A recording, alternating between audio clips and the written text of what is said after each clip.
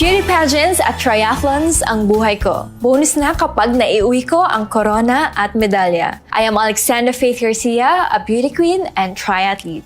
Adding MX3 capsule into my training regimen helps me a lot, together with proper diet and exercise.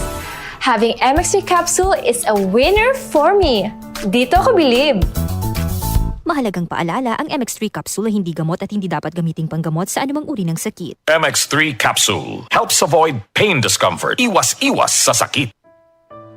Pagbasa sa 10 kabanata ng Aklat ni Juan, ang talinhaga tungkol sa pastol, talata 1 hanggang 42. Pakatandaan ninyo, ang pumapasok sa kulungan ng mga tupa nang hindi sa pinto nagdaraan kundi umaakyat sa di dapat pagdaanan ay magnanakaw at tulisan. Ang tunay na pastol ay sa pintuan nagdaraan. Pinapapasok siya ng gwardya at pinapakinggan ng mga tupa ang kanyang tinig.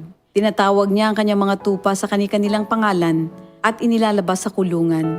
Kapag nailabas na, siya ay nangunguna sa kanila at sumusunod naman ang mga ito sapagkat kilala nila ang kanyang tinig. Hindi siya sumusunod sa iba kundi patakbong lumalayo sapagkat hindi nila kilala ang tinig ng iba. Sinabi ni Jesus, ang talinhagang ito, ngunit hindi nila nauunawaan ang ibig niyang sabihin. Kaya't muling sinabi ni Jesus, pakatandaan niyo, ako nga ang pintuang dinaraanan ng mga tupa. Ang mga nauna sa akin ay mga magnanakaw at mga tulisan, ngunit hindi sila pinapakinggan ng mga tupa. Ako ang pintuan. Ang sinumang pumapasok sa pamamagitan ko ay maliligtas. Papasok siya't lalabas at makakatagpo ng pastulan. Dumarating ang magnanakaw para lamang magnakaw, pumatay at manira. Naparito ako upang ang mga tupa ay magkaroon ng buhay, ng isang buhay na masagana at ganap. Ako ang mabuting pastol. Iniaalay ng mabuting pastol ang kanyang buhay para sa mga tupa. Ang bayaran ay tumatakas kapag may dumarating na asong gubat. Iniiwan niya ang mga tupa, palibas ay hindi siya pastol at hindi kanya ang mga ito. Kaya't sinusunggaban ng asong gubat ang mga ito at binubulabog. Tumatakas siya, palibas ay bayaran lamang at walang malasakit sa mga tupa. Ako nga ang mabuting pastol, kung paanong kilala ko ng Ama at siya kilala ko, gayon din naman kilala ko ang aking mga tupa at ako'y kilala nila. At iniaalay ko ang aking buhay para sa aking mga tupa.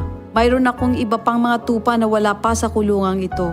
Kinakailangan sila'y ipasok ko rin at papakinggan naman nila ang aking tinig. Sa gayon magiging isa na lamang ang kawan at isa ang pastol. Dahil dito'y minamahal ako ng Ama sapagkat iniaalay ko ang aking buhay upang ito'y kunin kong muli. Walang makakakuha ng aking buhay kusa ko itong ibinibigay. Mayroon akong kapangyarihang ibigay ito at kuning muli. Ito ang utos na tinanggap ko sa aking Ama. Dahil sa mga pananalitang ito, hindi na naman nagkaisa ng palagay ang mga Hudyo. Marami sa kanila nagsabi, talagang sinasapian na ito ng demonyo at nababaliw. Bakit ba kayo nakikinig sa kanya? Sinabi naman ng iba, hindi nakakapagsalita ng gano'n ng isang sinasapian ng demonyo. Nakakapagpagaling ba ng bulag ang demonyo? Taglamig na noon at kasalukuyang ipinagdiriwang sa Jerusalem ang pista ng pagtatalaga ng templo. At habang naglalakad si Jesus sa templo, sa portiko ni Solomon, pinaligiran siya ng mga Hudyo at sinabi sa kanya, hanggang kailan mo ba kami ilalagay sa alanganin? Kung ikaw nga ang Kristo, sabihin mo na ng tuwiran. At sumagot si Jesus, sinabi ko na sa inyo, ngunit ayaw ninyong maniwala. Ang mga ginagawa ko sa pangalan ng aking Ama ay nagpapatotoo tungkol sa akin. Ngunit ayaw niyong maniwala sapagkat hindi kayo kabilang sa aking mga tupa. Nakikinig sa akin ang aking mga tupa. Nakikilala ko sila. Sumusunod sila sa akin. Binibigyan ko sila ng buhay na walang hanggan. Kailan may hindi sila mapapahamak at hindi sila maaagaw sa akin ninuman. Ang aking Ama na siyang nagbigay sa kanila, sa akin, ay lalong dakila sa lahat at hindi sila maaagaw ninuman sa aking Ama. Ako at ang Ama ay iisa. Ang mga pinuno ng mga Hudyo muling dumampot ng bato upang batuhin siya. Kaya't sinabi sa kanila ni Jesus, marami akong mabubuting gawang ipinakita sa inyo mula sa Ama.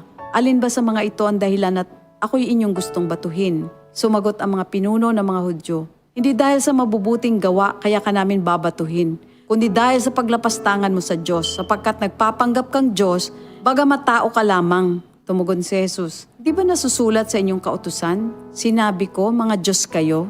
Mga Diyos ang tawag ng kautusan sa mga pinagkatiwalaan ng salita ng Diyos at hindi maaaring ipawalang bisa ang sinasabi ng kasulatan. Ako'y pinili at isinugo ng Ama. Paano ninyo ngayon masasabing nilalapastangan ko ang Diyos? Dahil sa sinasabi kong ako ang anak ng Diyos? Kung hindi ko ginagawa ang mga pinapagawa ng aking ama, huwag niyo akong paniwalaan. Ngunit kung ang ginagawa ko ay ang mga ito, paniwalaan ninyo ang aking mga gawa kung ayaw ninyong maniwala sa akin. Sa gayon matitiyak ninyong nasa akin ang ama at ako'y nasa kanya. Kaya tinangka naman nilang dakpin si Jesus, ngunit siya'y nakaalis. Muling pumunta si Jesus sa ibayo ng Hordan sa pook na dating pinagbautismohan ni Juan.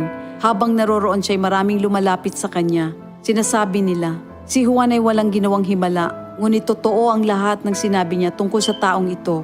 At doon, maraming sumampalataya kay Jesus. Ito ang salita ng Diyos. DCXL 558.